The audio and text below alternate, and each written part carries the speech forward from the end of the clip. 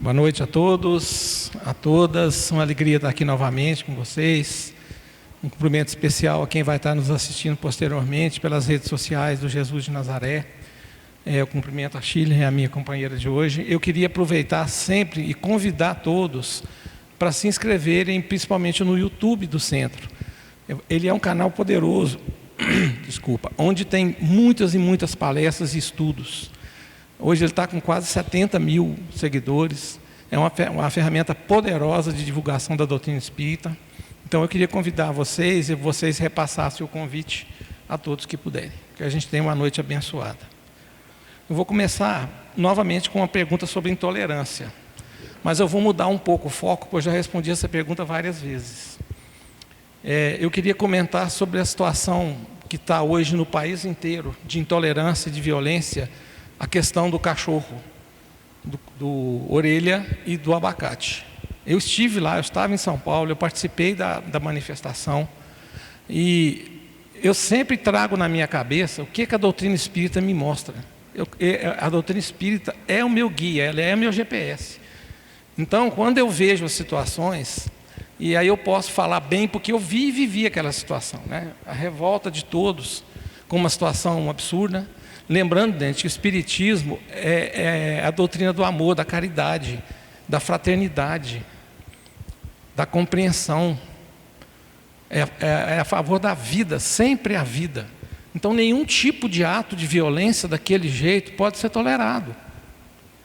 Então, a gente tem que fazer uma reflexão profunda sobre como nós agimos nessa situação. O mundo hoje tem muita informação. Nós temos informação na palma da mão instantânea o tempo inteiro. E a gente muitas vezes relata apenas a pets, né? Aos animais, cachorros, gatos, papagaios e outros. A gente esquece da crueldade com os outros animais, com porcos, com peixes, com vacas, com bois, com galinhas. Pergunta 129 do livro Consolador, eu não vou ler ela de novo e vou deixar só um breve comentário. Lá Emmanuel coloca o que o Espiritismo vê do consumo de carne. Mas o assunto aqui hoje não é o consumo de carne, é a crueldade animal. Então eu vi aquela situação assim, muito revoltante de fato, mas eu vi reações que você precisa ter o filtro da doutrina espírita para não fazer e falar besteira.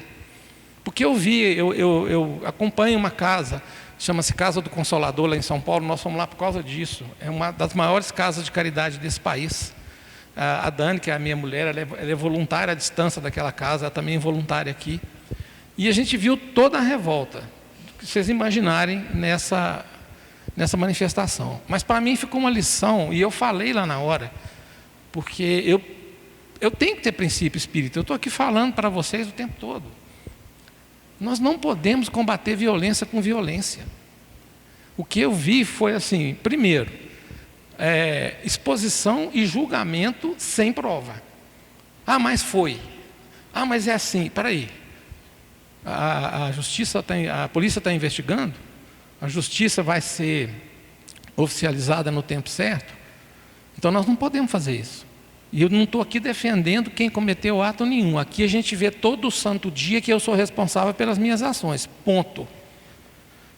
Eu falei muitas vezes, não mete Deus nesse rolo não, que ele não tem nada com isso. Eu tenho escolha, eu tenho livre-arbítrio. Ele me deu a escolha. Então o que eu vi foi muito pesado. Frases de efeito e coisas. E a gente tem que tomar muito cuidado, gente, porque a gente não pode julgar ninguém sem provas. Isso não vai apaziguar a minha revolta, a minha raiva, que eu sinto em muitas situações, mas vai balizar o meu comportamento moral. Então eu vi pessoas falando assim, eu falei, mas você não tem prova, tem que deixar a justiça dos homens atuar, porque a justiça divina não vai falhar. A gente tem esse consolo. E não é castigo de ninguém, não é Deus castigando ninguém, nem nada. Essas pessoas vão reparar os erros que elas cometeram. Então a justiça divina, ela apazigua o nosso coração. E a doutrina espírita nos dá um norte em situações de extrema dificuldade, extrema revolta. O país inteiro realmente foi muito pesado o que aconteceu, muito duro, não tem desculpa nenhuma. E o pior é o acobertamento que parentes e pais estão tentando fazer, pelo que a gente viu, tá, gente? Eu estou botando essa ressalva, porque tudo que eu vejo, tudo que eu vi, tem muita fake news, tem muita gente mal intencionada mentindo.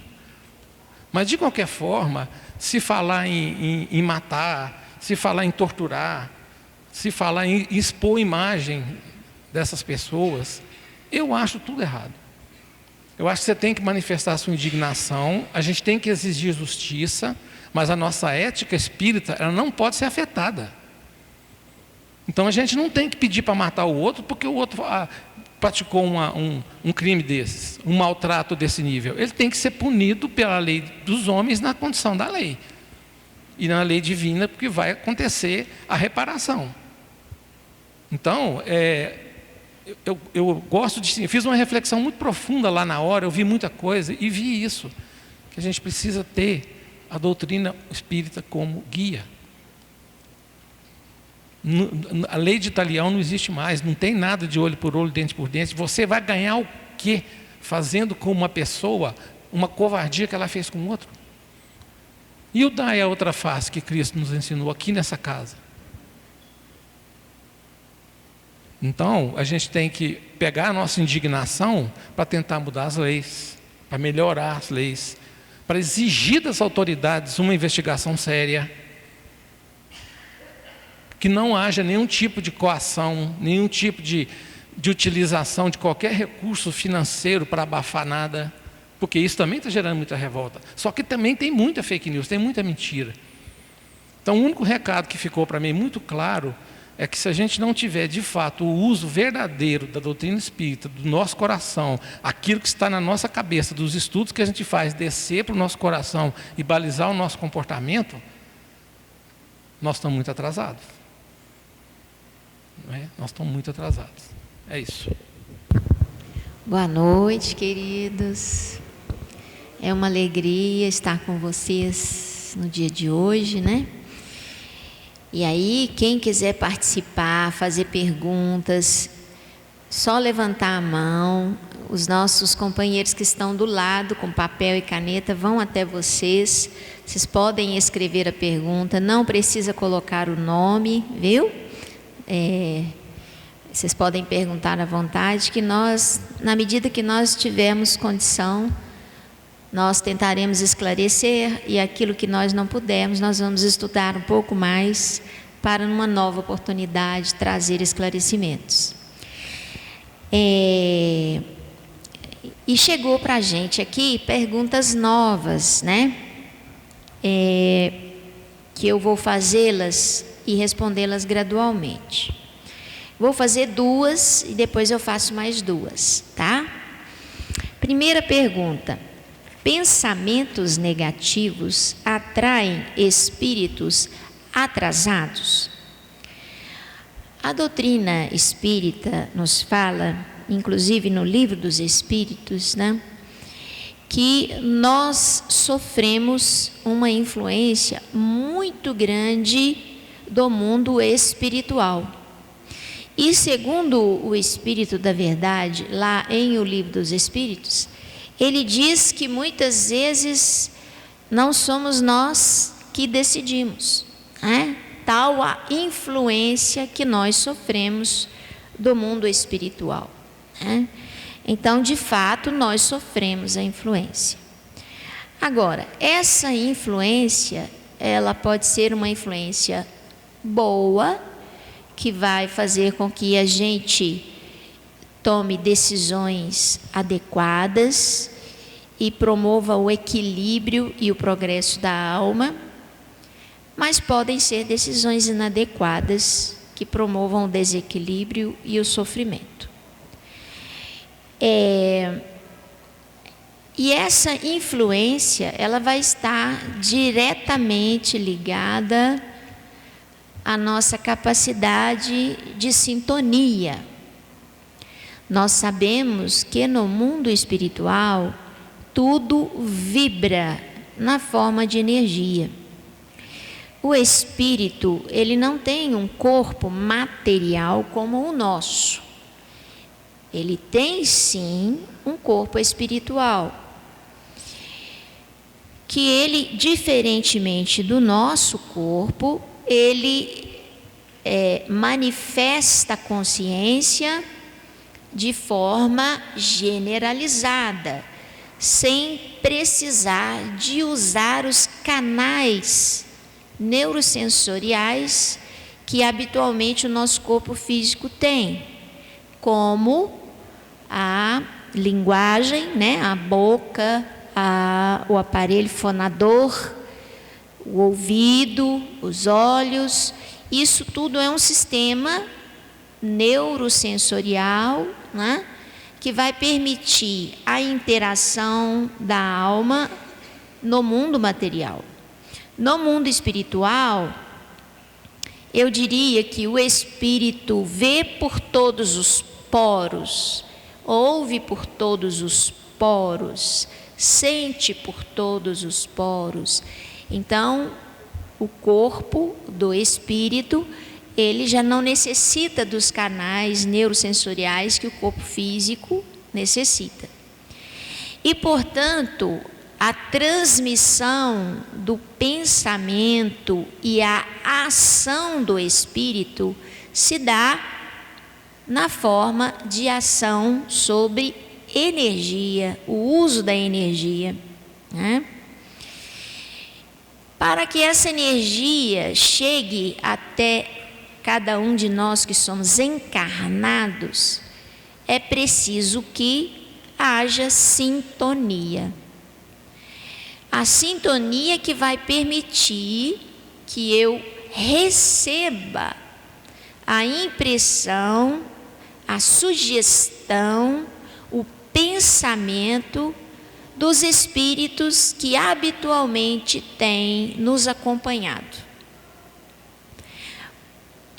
Logo se vê que o nosso pensamento é o grande filtro que vai nos trazer para a nossa companhia e para a nossa mente as ideias boas ou as ideias ruins. Portanto, pensamentos negativos atraem espíritos atrasados? Sim. E muitas vezes não é só questão de atrair, é questão de sintonizar, né? Nós nos sintonizamos com eles. Eles estão no mundo, eles estão ali povoando o mundo como nós mesmos encarnados, e nós nos sintonizamos com eles, né? Portanto, isso pode acontecer. E a segunda pergunta, o que é obsessão espiritual? Ela sempre vem de vidas passadas? A obsessão espiritual, ela se dá de várias formas. Ela se dá através de um pensamento persistente na nossa mente, uma sugestão persistente no nosso pensamento, nas nossas ideias, contrários inclusive da nossa vontade. Às vezes não queremos pensar nisso e aquilo fica ali nos atormentando continuamente. E isso pode acontecer de um espírito desencarnado para nós que estamos encarnados. Pode acontecer o contrário, de um espírito desencarnado, de um espírito encarnado para um desencarnado, como por exemplo, quando nós nos separamos de um ente querido pela morte física, e nós ficamos continuamente pensando naquele ente querido, pedindo ajuda, vem cá, me ajuda a resolver isso. Muitas vezes nós estamos obsediando aquele espírito que partiu, né?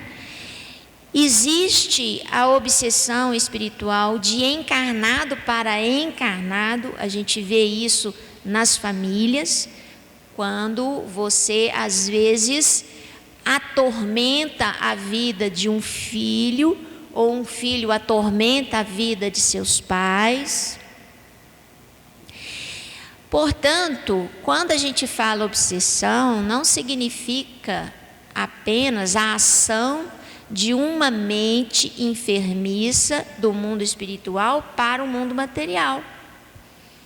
Ela se dá em vários sentidos, né? E nem sempre tem relação com vidas passadas. Evidentemente que aquelas obsessões que são mais intensas, proeminentes, que podem chegar até a uma subjugação e posteriormente à chamada possessão, essas têm um vínculo muito forte entre as mentes e, ao que tudo indica, pelo que a espiritualidade relata, esses vínculos já são formados há muito tempo. São vínculos que já têm uma existência mais duradoura. E por isso são mais intensos e às vezes exige, né, da criatura uma atitude de buscar ajuda para conseguir mudar aquela realidade, que sozinho ele não consegue, né? Então, nem sempre está ligado a vidas passadas. As obsessões podem começar através de uma sintonia que eu crio com uma criatura, por ter o mesmo tipo de desejo e de prazer que a criatura busca. Às vezes eu crio um processo obsessivo por ter o hábito de consumir muita bebida alcoólica, por exemplo, né? De fazer uso da bebida alcoólica com muita frequência, com muita intensidade, de maneira não controlada, né?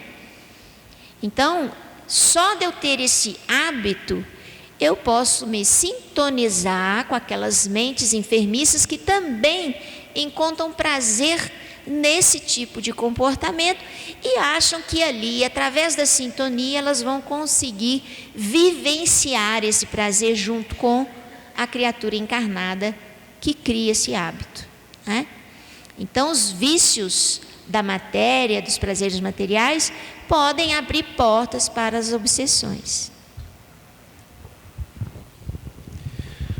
O Espiritismo acredita em milagres? Eu adorei essa pergunta. Gente, o sentido da palavra milagre não tem nada a ver com o Espiritismo. Por uma questão muito simples. Existem as leis naturais. E eu peguei no Livro dos Espíritos a pergunta 614, porque eu gosto de trazer o que os Espíritos falam. Então, o que é lei natural? O que se deve entender por lei natural? É a lei de Deus. É a única verdadeira para a felicidade do homem.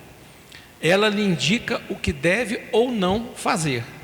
Ele é infeliz somente quando dela se afasta. E a 615, ela é eterna e imutável como o próprio Deus. Então, quando você fala em milagre, você estaria alterando uma lei natural, que é imutável. O que acontece hoje é que nós ainda não entendemos muitos fenômenos científicos. Deus, que é o nosso poderoso, o nosso Pai, o nosso tudo, Ele não iria alterar uma lei, Ele não iria abrir uma exceção para alguém de alguma coisa, de uma lei própria que é imutável. Então não tem sentido. Tá, gente? Então tem que ficar bem claro. Por que Deus atendeu uma pessoa num determinado pedido? Fez um milagre. Aí Deus não atendeu outra pessoa num determinado pedido? Isso não é Deus. E aí vem a pergunta interessante em cima disso também, que é sobre Jesus, né? E os milagres de Jesus? Tem uma passagem, eu não vou ler porque ela é extensa, no livro Através do Tempo, psicografia de Chico Xavier, página 119, lição 44, de Eurípides Barçanufo, chamada Mediunidade e Jesus. Outro dia eu leio, mas vale muito a pena ler para a gente entender o que era a mediunidade de Jesus, o que eram os milagres que Jesus fazia.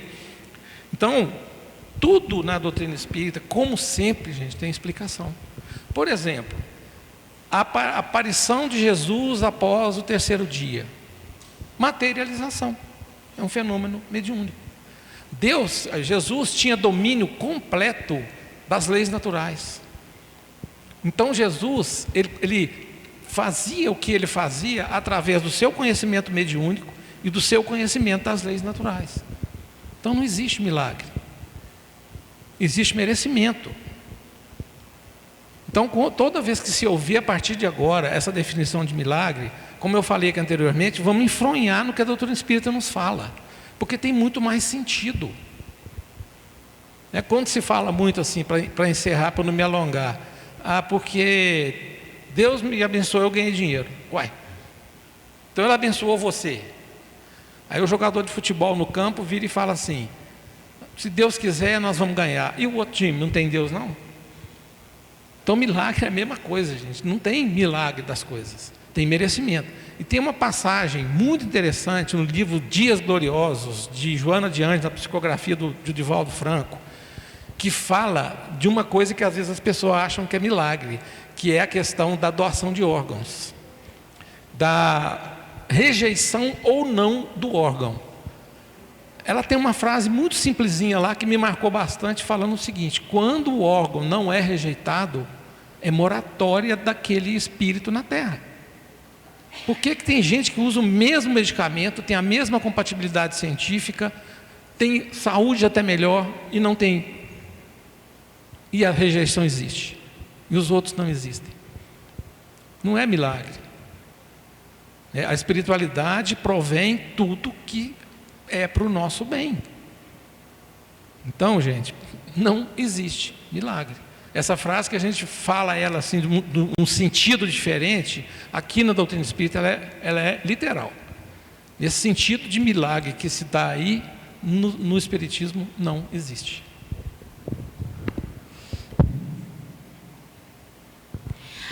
Bom, vamos colocar aqui as outras duas perguntas que vocês trouxeram. Espíritos podem nos ouvir quando pensamos neles? Bom, se nós formos verificar nas obras de André Luiz, né, nas diversas obras, vamos ver várias ocasiões, né, em que os espíritos nas colônias recebem muitas vezes, vamos dizer assim, chamados, né? Chamados, orações. Estando na colônia, eles recebem chamados e orações vindo dos encarnados, né? Então, sim, os espíritos, eles podem nos ouvir quando pensamos neles. Mas evidentemente que esse espírito, ele tem que estar acessível ao seu pensamento. Ele pode muitas vezes estar numa condição tal de desequilíbrio, de sofrimento, de desespero no mundo espiritual, que fará com que ele não consiga perceber a sua oração, não consiga perceber o seu pensamento que é enviado até ele. Assim como nós estamos aqui na Terra, encarnados, quando estamos numa situação muito difícil, extremamente preocupados, ou às vezes agitados, irascíveis, né? Aborrecidos com alguma coisa que nos perturba, muitas vezes nós deixamos de perceber as ideias, as sugestões que o nosso anjo guardião tenta nos trazer. Por quê? Porque nós estamos impedindo esse acesso, né? Nós não estamos contribuindo para que haja essa abertura e essa receptividade. Então, sim, os espíritos podem nos ouvir se eles estiverem em condições para tal e se o nosso pedido, a nossa oração também não vai causar-lhes desequilíbrio. Muitos espíritos estão na colônia em recuperação, muitas vezes eles ficam como que isolados do pensamento emitido pelos seus familiares encarnados, para que não se perturbem, para que consigam se recuperar.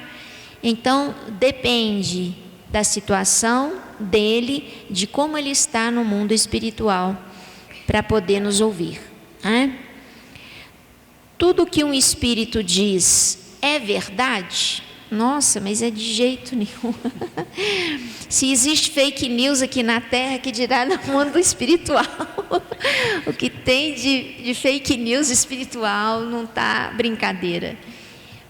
Nós sabemos que dentro da doutrina espírita, na formação dos nossos companheiros, que são os dirigentes de reuniões mediúnicas, eles têm tarefas dificílimas. Não só ele, tá? Mas todo o grupamento mediúnico que trabalha trazendo a mensagem do mundo espiritual para nós no mundo material, eles precisam ter um exercício diário, constante nas suas reuniões, muito estudo para filtrar aquilo que chega através da mediunidade, tá? Os espíritos também mentem, os espíritos também caçoam, os espíritos também pregam peça, assim como nós, na condição de espírito em evolução, né? Na Terra, um mundo que é de prova e expiação, passando para a regeneração, evidentemente que nós teremos espíritos de várias categorias, né? E dentre essas categorias existem os zombeteiros, aqueles que mentem. Então, não é porque é um espírito que ele vai dizer a verdade, né? Nós temos que filtrar a mensagem e através desse filtro a gente percebe a condição moral, ética, daquela consciência que traz aquela mensagem. E a gente percebe nas entrelinhas qual o objetivo da mensagem, porque o mundo espiritual, quando ele se propõe a trazer uma mensagem para o mundo material, o objetivo é muito claro: é fazer o bem, é promover o equilíbrio, a união, a prática da caridade, a prática do amor. Tudo que vai de encontro a isso, possivelmente não está vindo de uma mente equilibrada. Se você me permite uma curiosidade, Shirley, você pode pensar assim, mas e as obras de Kardec? Na abertura do Evangelho, tem um estudo grande falando que cada resposta veio de várias e várias fontes diferentes, de lugares diferentes que não se comunicavam. E não havia uma divergência nas respostas. Então, o cuidado que se teve na elaboração das obras básicas foi muito grande nesse sentido. Quem tiver curiosidade, pega a abertura do Evangelho, que lá explica direitinho como é que as coisas foram feitas. Vamos lá. Perdi filha, é normal ter tanto apego às coisas dela? 2 anos que ela partiu. Você está falando com um pai que perdeu uma filha. Isso aconteceu comigo, eu já relatei esse caso aqui algumas vezes. A Shirley acabou de falar de obsessão, gente. Eu vou contar um caso para vocês, rapidamente, de um caso, assim, de uma coisa que eu vi, que deixou aquele espírito profundamente atormentado. Lá onde a minha filha foi enterrada, no cemitério que ela foi enterrada, tem um túmulo de uma menina de 15 anos, que é o quarto dela. Idêntico. Construiu a cama, as cortinas, botou os quadros, botou as roupas. Gente, o tamanho dessa dor, só quem viveu para saber. Então tem que falar isso de cara. A dor de perder um filho, eu não sei se existe dor maior. Dizem que o suicida, quando chega no mundo espiritual, a menor dor que ele sente lá é maior do que a que nós temos aqui. Então eu não quero nem saber o tamanho dessa dor, né? Primeira coisa, a gente tem que entender a nossa dor. Mas alguém que perdeu um parente ou alguém que perdeu um filho está no lugar certo. Está aqui hoje não é à toa. A pergunta não caiu para mim à toa. O tempo vai ajudando a melhorar. Mas eu, na minha forma de ver, eu doei tudo dela na mesma semana. Eu não quis ficar com nada. Porque eu não estava vendo sentido naquilo. Porque esse apego material a alguma coisa dela, pode estar trazendo muito problema para ela. Nós temos que mudar a sintonia. Gente, a dor, ela vai continuar até que a gente consiga acalmar o nosso coração. E o que acalma isso é o entendimento. Aqui na casa você vai ter entendimento completamente diferente do que é a morte. Você vai tentar entender por que às vezes uma criança igual a minha filha de 7 meses foi embora tão cedo. Uma série de problemas que causaram a morte dela. Hoje eu tenho esse entendimento, isso já tem muitos anos, né? A cicatriz existe, mas a ferida e a sangria, a hemorragia foi curada lá atrás. Então aqui na casa, a primeira coisa que a gente tem que entender, o corpo morreu, o espírito não. Isso tem que entrar na nossa cabeça, no coração de verdade. E a Shirley citou aqui reunião mediúnica, gente. A gente aqui não está falando de obra e de teoria, não. Nós estamos falando de prática mediúnica, onde todos os fenômenos que a gente fala aqui são devidamente comprovados. Eu fui dialogador em muitas reuniões, conversando com os espíritos, assim como nós estamos conversando aqui agora. O Sérgio fala isso muito aqui. Então, para essa mãe que está aqui, ou esse pai, que eu queria levar assim, um bálsamo de paz no coração. Porque a gente perde a paz, perde o apetite. A dor é tão grande que eu não consegui sair do cemitério, eu tive que ser carregado. Eu era muito novo, eu não tinha esse entendimento das coisas também. Isso quer dizer que você é espírita, você vai... Não, gente, a dor é a mesma. A dor é a mesma. O que muda, segundo Haroldo Dutra Dias, é que nós não nos desesperamos. Quem tiver curiosidade, vai nas cartas consoladoras de Chico Xavier, pega o filme As Mães de Chico Xavier e assista. É uma das coisas mais maravilhosas. Aquilo é um relato vívido do que ele fez, de uma mãe chegar em desespero num centro espírita para fazer um pedido, e não é simplesmente você chegar lá e saber que vai ser atendido. Tem toda uma condição para que essa comunicação aconteça. Mas quando a mãe recebe uma carta do filho, essas cartas são confirmadas pela grafoscopia, o padrão de escrita, por fatos e dados que só a família sabia. Então, para nós que já estamos na doutrina espírita há muitos anos, isso é fato vencido. Chico fez mais de 90 mil documentos psicografados. Então, para essa mãe eu tenho que falar o seguinte: eu queria que você tentasse nesse minuto, tentar respirar e tentar acalmar seu coração. Pensar uma coisa para desligar essa questão da obsessão com a filha. Agradecer pelo tempo que ela esteve aqui. Mudar o pensamento em relação a ela, que ela vá seguir seu caminho de luz, e às vezes até já voltou. A gente não sabe o tempo da reencarnação. O Jerônimo, que era o gigante deitado, que é muito conhecido palestrante, que ele era tetraplégico, ele fazia palestras deitado, ele desencarnou e 2 horas depois ele manifestou. É lógico que é um caso único pelo que eu vi.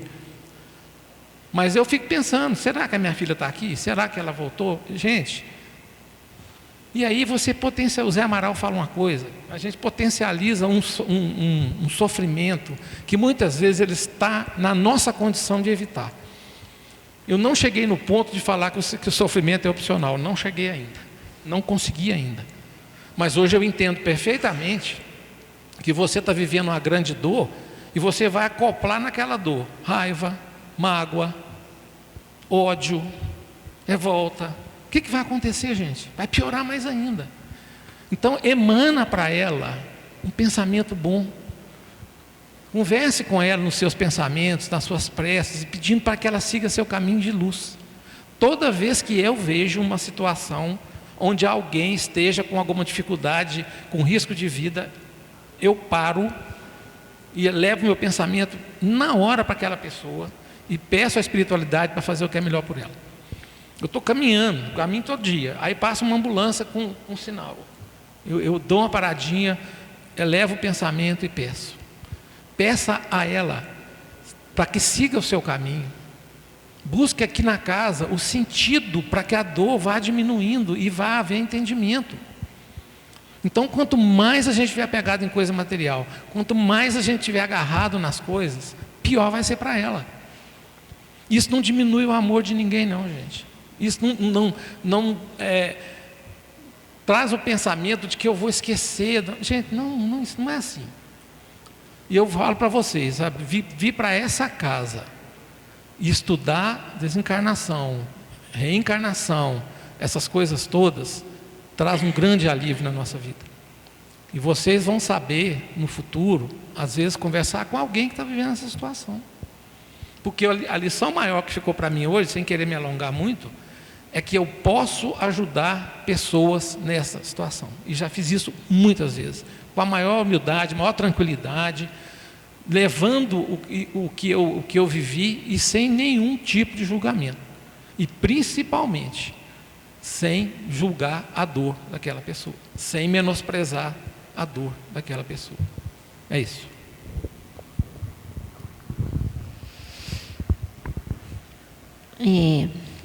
Foi mandado aqui, acho que uma sugestão para todos, entendi isso.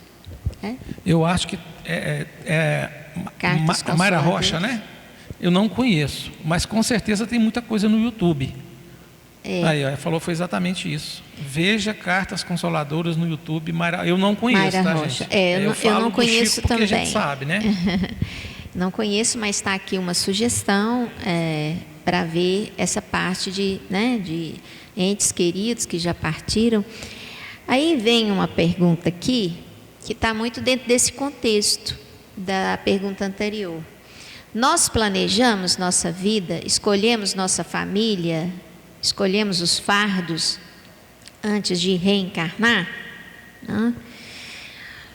Então, o que a espiritualidade tenta nos esclarecer diante da nossa capacidade de compreensão? Porque vejam bem, gente, à medida que nós vamos evoluindo, nós vamos adquirindo entendimento sobre coisas que hoje, se falar conosco, nós não vamos conseguir absorver, né?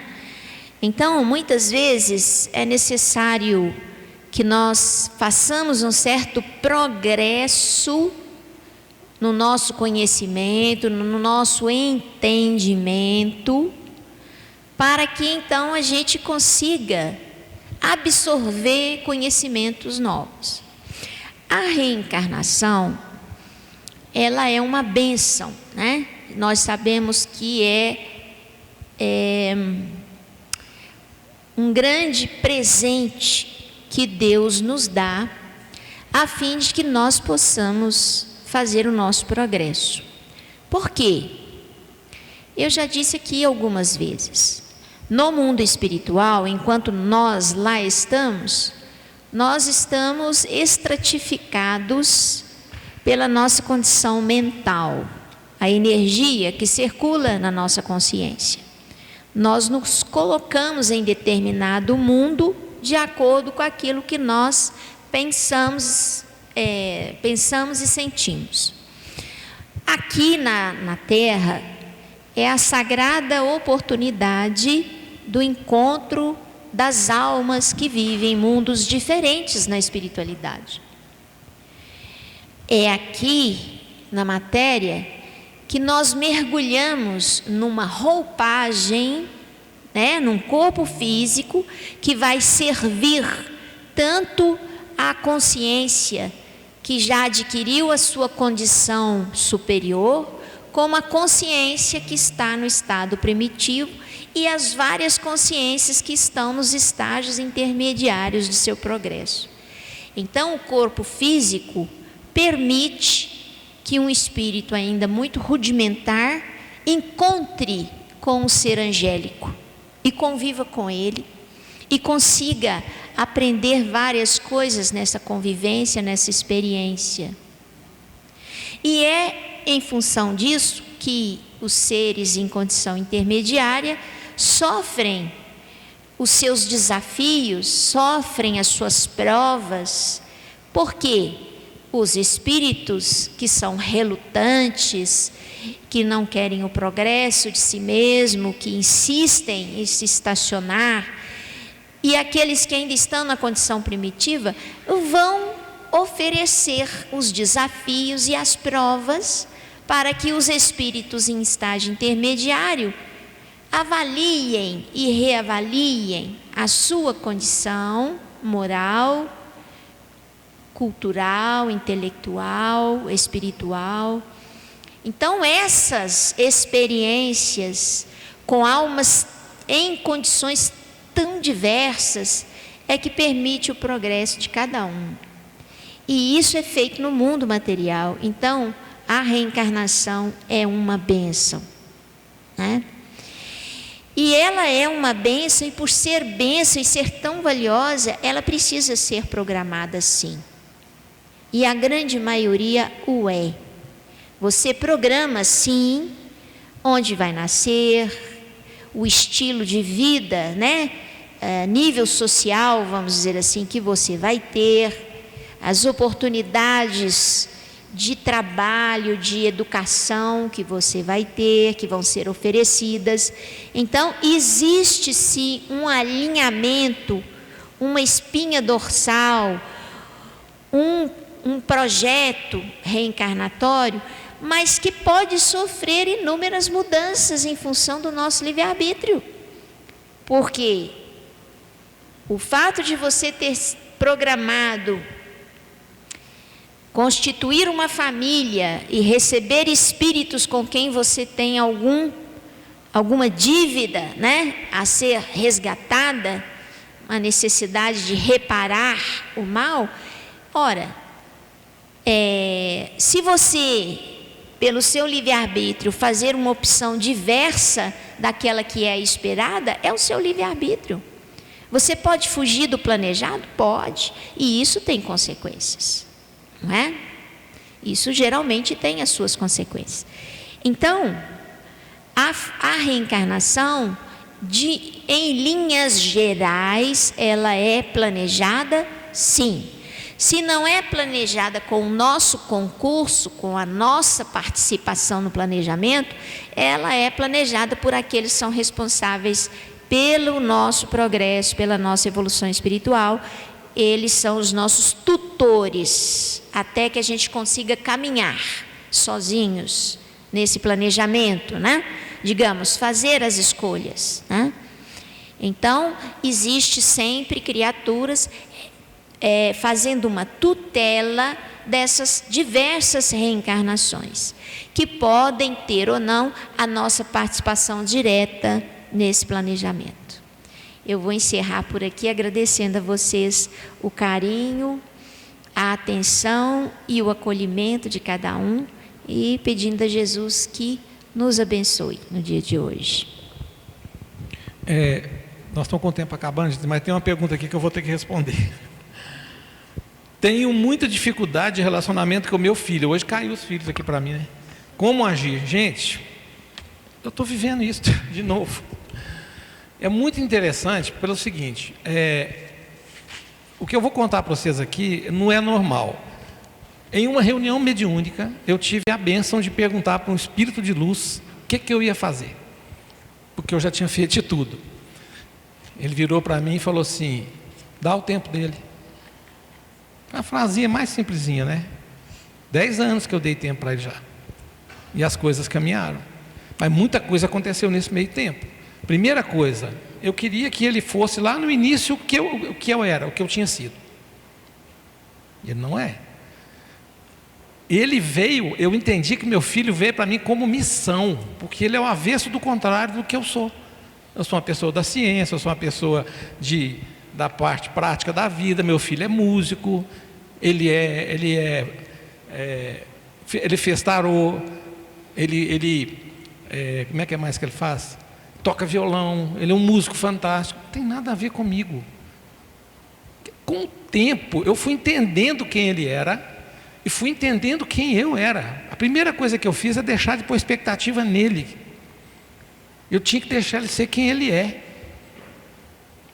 Aí, quem que acalmou na história? Euzinho, me acalmei. Porque eu vi que era comigo a situação. Então, eu sempre tive por ele o maior respeito. E em 2 reuniões mediúnicas eu fui informado que o meu filho é um espírito antigo, muito mais do que eu. E que a gente veio, eu não sei porquê, mas com uma missão um com o outro. Então, quando você começa a entender essa lógica de reencarnação, quando você começa a entender a lógica de pai e filho, que vocês podem ter vindo por algum motivo do passado, podem estar na condicional, isso não é um fato, mas muda toda a nossa vida.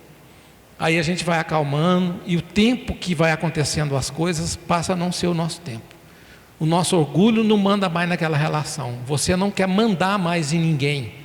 Porque eu costumo dizer o seguinte: lá em casa tem 5 gatos maravilhosos, nós não mandamos nenhum deles, quanto mais em gente. Mas o meu coração está calmo com essa situação já tem um bom tempo, porque eu passei a apoiar, eu parei de criticar. Eu sempre critiquei pouco, mas eu criticava. Parei de criticar, parei de subjugar, parei de não aceitar as ideias dele. Filho pode ser o que for, mas é filho. E a gente tem que botar um negócio que chama limite amoroso no filho, nos filhos. Não é com violência, não é nenhum tipo de violência, nem tapinha na bunda, nem nada. É com amorosidade dentro de um limite. E é isso que eu acho que é a chave. Paciência, compreensão, resignação, caridade, para entender que eles vieram conosco por algum motivo. E que muitas vezes esse motivo não é dado a gente a condição de saber. Muito obrigado, boa noite a todos, boa noite, Shirley, até a próxima.